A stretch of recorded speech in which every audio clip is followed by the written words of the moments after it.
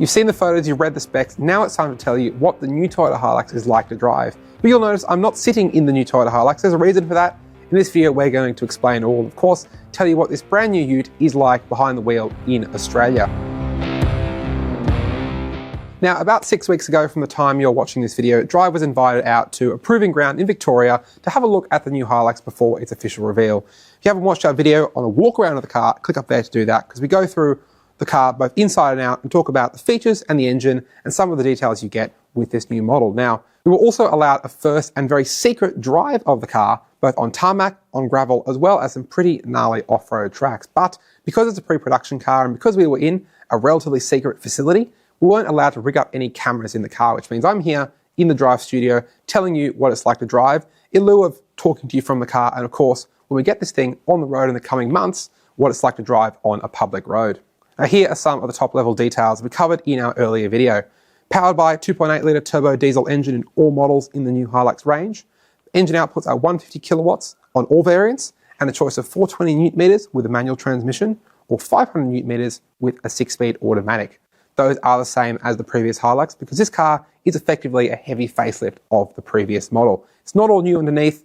You'll notice the midsection of the car between the front and the rear, which are new, is carried over from the previous model. Now you get a new interior, a lot more technology, covered that in our previous video as I said before, but fundamentally the underpinnings of this car and the way it drives are relatively similar from the previous model.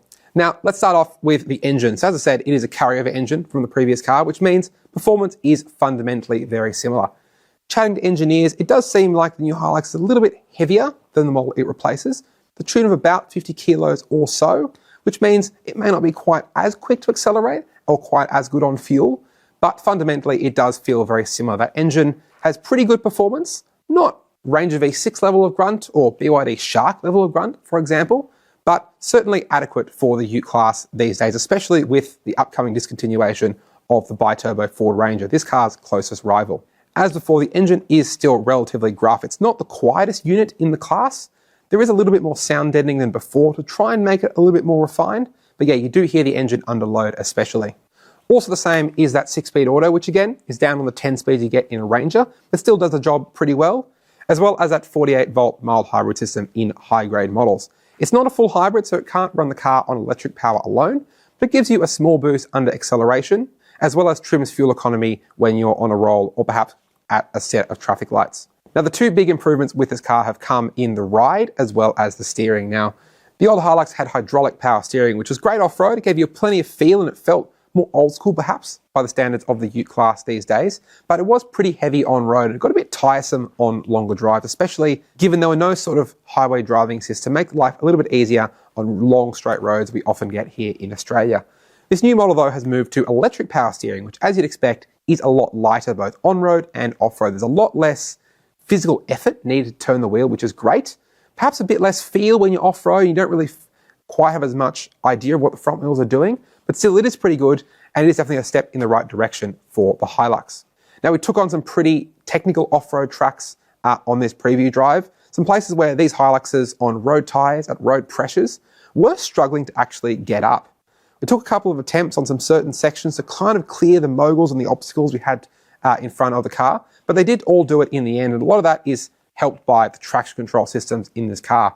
You've obviously still got a conventional low-range transfer case, locking rear differential as you got with the old HiLux. And your approach angles and departure angles are all pretty much the same as before.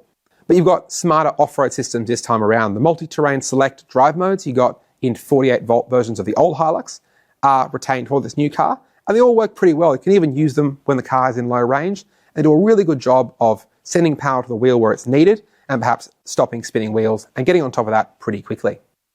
The other big advancement with this new HiLux is the way it rides. Now, there are now two suspension tunes in the range, one for the Workmate and the SR, which are developed for sort of load carrying and more heavy duty applications and try to be more comfortable with a load in the back of the ute.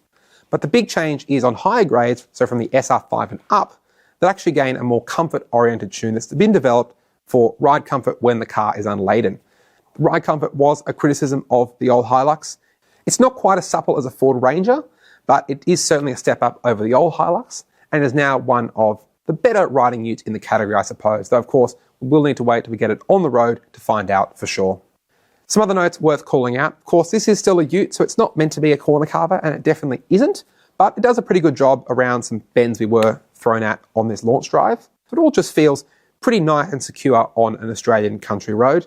It's not the quietest thing out there either, but it isn't too bad in that respect as far as standards of the class go. And generally speaking, it is a far more agreeable ute to drive than before, and perhaps it's on the road as well as in the cabin where this new HiLux has made its biggest step forward as far as its competitiveness goes in the ute class. Now, since our last video, we do now know how much this new HiLux costs. Now, the news isn't great if you're shopping at the lower end of the range. The base price is up $6,000 over the previous HiLux. That's because that 2.8 litre diesel is now standard across the range. But something like an SR5 dual cab pickup is now about $2,700 more than before, while a Rogue is only up about $500 because it has lost that wide track design in terms of its footprint. It does now gain rear disc brakes from the SR5 grade and up. But it does beg the question, are these improvements to the drive as well as the interior enough to put this HiLux closer to the top of the ute class? It is fundamentally pretty similar in terms of space on the inside. It does feel pretty cramped in terms of the cabin as well as the tray.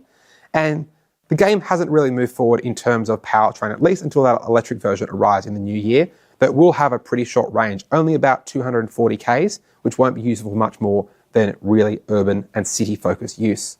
To be honest with you, I have my doubts about how this will go compared to a top-selling Ford Ranger, but of course, we won't know for sure until we get it on the road in the next few weeks. The car arrives in showrooms in December, and we put it head-to-head against its top rivals, the Ford Ranger, the Kia Tasman, as well as the Isuzu D-Max. What do you think? Do you like the looks of the new HiLux? Has Toyota done enough here to stay ahead in a pretty competitive class? Or is something like a BYD Shark or a left field option more up your street? Let us know down below. If you enjoyed this video, why not give us a like?